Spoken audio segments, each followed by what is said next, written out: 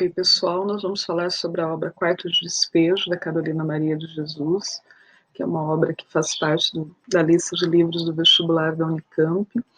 Essa obra ela é bastante importante na nossa literatura contemporânea e o fato dela ter entrado na lista de livros do vestibular da Unicamp também, porque fez com que ela ganhasse uma visibilidade bastante grande, já que durante algum tempo esse livro acabou caindo no esquecimento, a Carolina Maria de Jesus acabou caindo no esquecimento, tendo a sua obra resgatada recentemente, né, e ao entrar nas listas de livros do vestibular, isso fez com que ela ganhasse uma visibilidade bastante importante. Aqui eu coloquei uma citaçãozinha do livro, A Cor da Fome é Amarela, e essa vai ser a principal questão que vai permear esse livro, né, essa ideia de alguém que passa grande parte da vida lutando contra a fome, né, tentando sobreviver em meio à miséria. Quarto de Despejo tem como subtítulo Diário de uma Favelada, e é um livro escrito nessa estrutura, na estrutura de um diário. Então, vocês, né, lendo, percebem que o que acontece na história é bastante recorrente, né? As datas, ao longo das datas, a gente vai percebendo que a rotina de vida da Carolina é uma rotina bastante recorrente, e basicamente o que marca essa rotina é essa luta pela sobrevivência, essa busca de dinheiro para conseguir colocar comida em casa, sustentar os filhos. O livro foi publicado em 1960. No livro aparecem, né, datas de 15 de julho de 1955 a 1º de janeiro de 1960, mas no acervo da Carolina Maria de Jesus a gente tem muito mais que isso. Tá? A obra foi uma compilação feita por um jornalista, que é o Audálio Dantas, a partir de 35 cadernos escritos pela Carolina. A Carolina era uma catadora de lixo e ela escrevia em cadernos que ela recolhia no lixo, ela ia registrando a sua história. Onde um jornalista foi até a favela, o Audálio Dantas foi até a favela fazer uma reportagem sobre os favelados, e ele acabou tendo contato com a Carolina Maria de Jesus, e essa obra foi publicada. No momento em que ela foi publicada, ela fez muito sucesso. As pessoas acharam, né, tudo muito novo, todo mundo queria ler o Diário da Favelada. Depois, com o passar do tempo, quando perdeu esse caráter de novidade, a Carolina acabou sendo esquecida. E os próximos livros que ela lançou já não venderam tanto. Além disso, ela acabou sendo enganada por muita gente também, já que era uma pessoa com baixa escolaridade, que não estava acostumada a viver naquele meio, né? Ela acabou sendo iludida por muita gente e acabou voltando a catar papel no final da vida, terminou sua vida pobre, esquecida, bastante amargurada por ter sido esquecida pela obra que ela tinha produzido. Hoje em dia a obra dela tem sido resgatada, a gente tem várias publicações, né, de obras da Carolina Maria de Jesus, e ela tem se tornado uma autora reconhecida na literatura, né, tem tido seu espaço cada vez mais sendo conquistado, mas isso foi um percurso bastante longo, né, e do qual ela não pôde gozar em vida. E por vários motivos. A Carolina Maria de Jesus era semi-alfabetizada, ela praticamente não estudou, então o livro apresenta uma série de problemas do ponto de vista da norma padrão, né? Tem erros de concordância, tem erros de pontuação, tem erros de regência, tem erros de ortografia, mas ao mesmo tempo também tem uma linguagem muito rica, uma linguagem muito requintada, já que a Carolina Maria de Jesus lia muito e incorpora esse vocabulário dessas leituras na obra dela. Então o livro ele traz essa mescla, né, ao mesmo tempo essa dificuldade de um domínio da norma padrão em função da baixa escolaridade, mas ao mesmo tempo a incorporação dessas leituras que ela fazia. Além disso, ela era uma mulher negra, favelada, mãe de 3 filhos, mas sem nunca ter se casado. Ela criou os 3 filhos sozinhas. Então ela tinha aí uma lista, né, de coisas que fazem com que ela fosse vítima de preconceito e conquistar um lugar no meio literário, né, dominado por homens brancos, foi bastante difícil para ela. Mas ela acabou alcançando aí o sucesso que ela tanto queria, embora depois tenha caído no esquecimento. O livro ele traz, né, vários momentos em que a Carolina Maria de Jesus conta como era a vida na favela, não só a vida dela, como dos outros moradores da favela. A ideia do quarto de despejo, ela vai dizer no livro que a favela era o quarto de despejo, se a gente pensar na cidade, né, como uma casa, o centro da cidade seria a sala de estar, e a favela era o quarto de despejo, onde as pessoas jogavam aquilo que elas não queriam, né? As coisas que os trastes velhos ficavam ali esquecidos naquele quarto.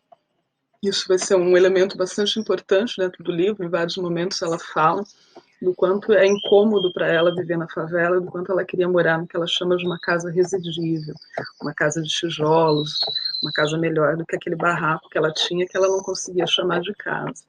A questão da fome vai ser muito frequente, ela fala o tempo todo no quanto é difícil ganhar dinheiro para sustentar os filhos, no quanto é difícil não ter o que oferecer para os filhos comerem. Ela cata papel, mas o dinheiro que ela ganha é muito pouco. Então ela viveu uma vida de bastante miséria, e o livro é um livro que vai mostrar muito essa vida miserável que ela viveu. Tem vários trechos da história que refletem bastante isso. Eu vou ler um pedacinho desses para vocês verem. Às 8h30 da noite, eu já estava na favela, respirando o odor dos excrementos que mescla com barro podre. Quando estou na cidade, tenho a impressão de que estou na sala de visita, com seus lustres de cristais, seus tapetes de veludos, almofadas de cetim. Quando estou na favela, tenho a impressão de que sou um objeto fora de uso, digno de estar num quarto de despejo. Ela tem esse olhar muito crítico, né, para essas condições subhumanas que eram vividas na favela, e que ela tinha consciência de que não eram condições adequadas, né, de que as pessoas não deveriam viver daquele modo. Tem um momento do livro que ela fala que o governante do Brasil tinha que ser alguém que já tinha passado fome, porque assim ele conseguiria olhar para a situação das pessoas que vivem nessa situação de miséria tão comum no país. A fome, portanto, vai ser um tema que vai permear todo o livro, mas junto com a fome, a gente tem também essa discussão sobre a política. Ela fala que os políticos só lembram da favela em época de eleição. E aí eles vão até lá, pegam na mão dos moradores da favela, dão lembrancinhas, mas logo depois eles se esquecem e nunca mais aparecem.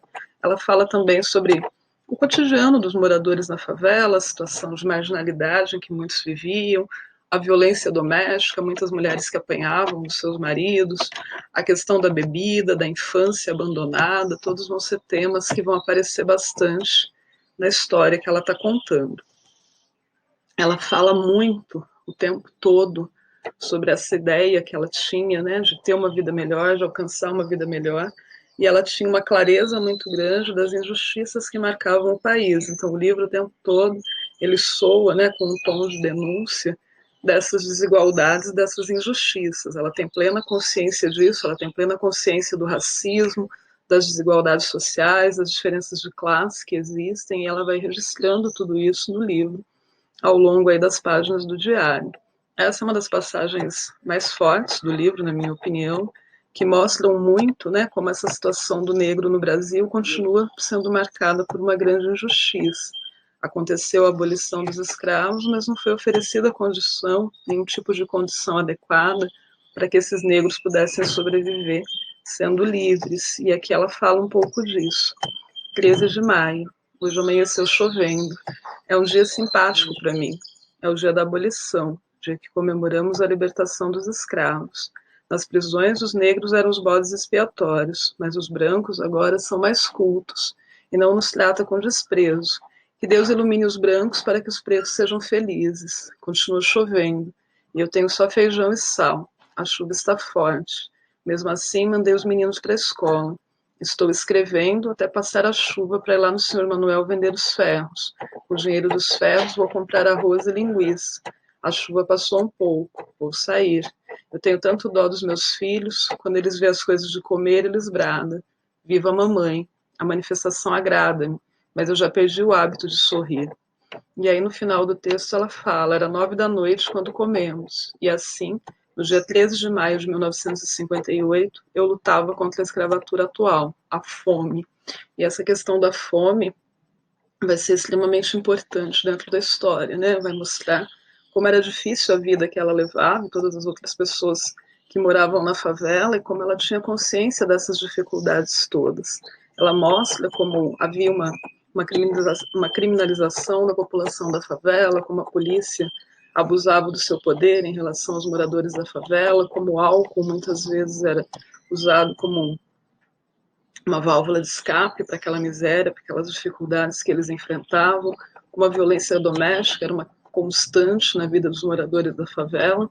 É um livro marcado também por uma visão muito clara da Carolina em relação ao racismo, né? Como ela era vítima de racismo, como a cor acabava sendo determinante também para o que acontecia com ela.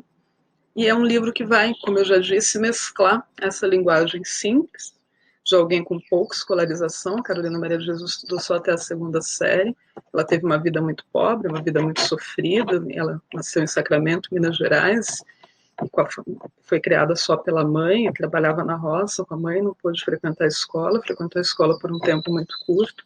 Quando ela vem para São Paulo, já adulta, ela acaba se mudando para a favela do Canindé, e ali também não vai ter condições de estudar, né?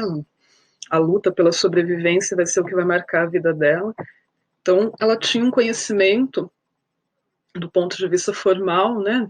Um conhecimento muito pequeno em relação ao letramento, em relação à escrita, mas esse conhecimento ela ampliou muito, porque quando ela aprendeu a ler, ela se apaixonou pela leitura. E ela começa a ler muitos livros, livros inclusive clássicos da literatura, por exemplo, a Escravizaura, ela fala que era um dos livros preferidos dela. E a leitura desses clássicos faz com que ela incorpore esse vocabulário nos textos que ela escreve. Então, ao mesmo tempo que a gente tem uma obra que é marcada por uma linguagem oral e por inadequações do ponto de vista formal, também vai ser uma obra com uma linguagem altamente rebuscada, que mostra a incorporação dessas leituras pela Carolina, que mostra o talento literário dela. Um talento muito grande para alguém que teve pouca escolarização, né? A Carolina Maria de Jesus tem um talento literário muito grande. Durante um tempo houve uma discussão se a obra dela era literatura ou não. E com certeza, a obra dela é literatura. Ela é uma autora que tem um domínio muito grande daquilo que ela escreve. Não é simplesmente uma favelada falando sobre a sua rotina. Ela tem um trabalho de escrita literário que é muito rico dentro do livro. E ela vai mostrar ao longo desse livro, então, essa luta incansável pela sobrevivência. Muitas vezes ela chega a pensar em morrer. Ela fala que ela gostaria de morrer e ela só não comete suicídio por causa dos filhos, que ela não quer abandonar. Ela fala sobre o sonho de ter uma vida melhor, de ter uma casa de alvenaria, uma casa de tijolos. Quando ela consegue essa casa de tijolos, depois que ela ganha algum dinheiro com a venda do livro, ela vai escrever um livro que se chama Casa de Alvenaria, vai contar sobre isso. Ela tem uma preocupação muito grande com o futuro dos filhos, ela faz questão que os filhos estudem, ela quer muito que eles tenham uma vida melhor e ela acredita nisso, que eles vão conseguir ter uma vida melhor do que a que ela teve. Esse é o grande objetivo da Carolina Maria de Jesus. É uma obra que vale muito a pena ser lida, é impossível ler Quarto de Despejo e não se sentir tocado pela história da Carolina Maria de Jesus e não pensar no como ela representa uma quantidade enorme de brasileiros que vivem desse mesmo jeito e não perceber, né, como a gente vive num país marcado por muitas desigualdades. Ler Carolina Maria de Jesus é tomar consciência, ter clareza, né, de como a gente vive num país marcado pela desigualdade, marcado pelo racismo, marcado pelo preconceito, um país em que muita gente ainda tem que todo dia lutar muito para sobreviver, todo dia lutar muito contra a fome. Leiam Carolina Maria de Jesus, é uma leitura essencial. Então, por hoje é isso. Até mais.